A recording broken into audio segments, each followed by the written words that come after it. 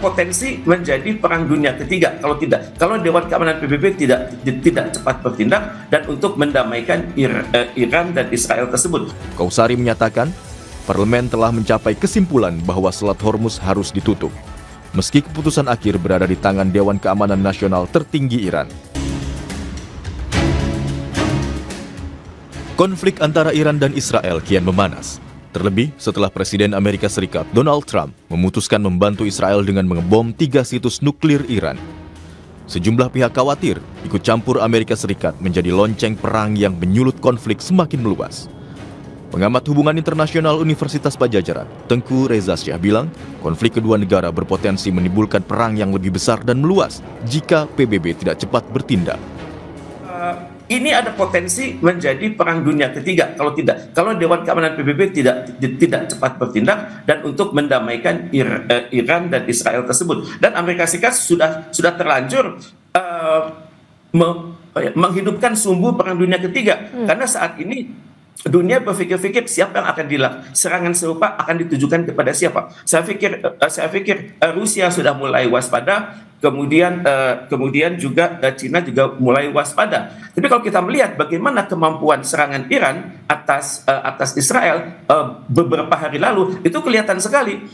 Peluru kendali mereka itu beranak di atas sekitar 40 km dari Israel, dan seringkali peluru kendali tersebut mampu bergerak vertikal, diagonal, dan horizontal. Kita lihat misalnya bagaimana peluru kendali itu berhasil menghancurkan markas Intel dari Israel. Sekjen PBB Antonio Guterres khawatir atas serangan militer Amerika Serikat terhadap 3 situs nuklir Iran. Kata Sekjen PBB, serangan Amerika Serikat ke Iran berpotensi memperparah ketegangan kawasan dan juga mengancam perdamaian dan keamanan internasional. Ago, in this very chamber, I made a direct appeal. Give peace a chance. That call was not heeded. Instead, the bombing of Iranian nuclear facilities by the United States marks a perilous turn in a region that is already reeling.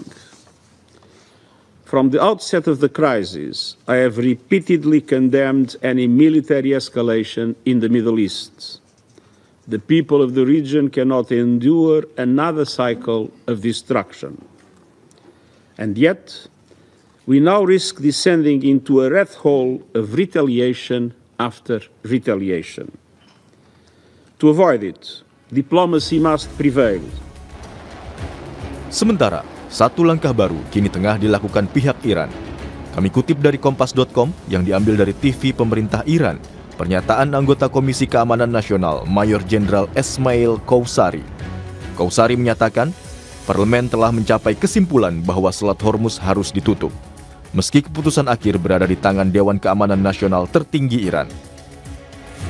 Selat Hormuz merupakan salah satu jalur perdagangan minyak mentah utama di dunia, yakni bisa mencapai 20-30% pasokan minyak dunia. Jalur ini juga menentukan kelancaran distribusi dari 20% gas alam cair dunia. Jika penutupan benar-benar dilakukan, maka harga minyak dunia diproyeksikan meroket.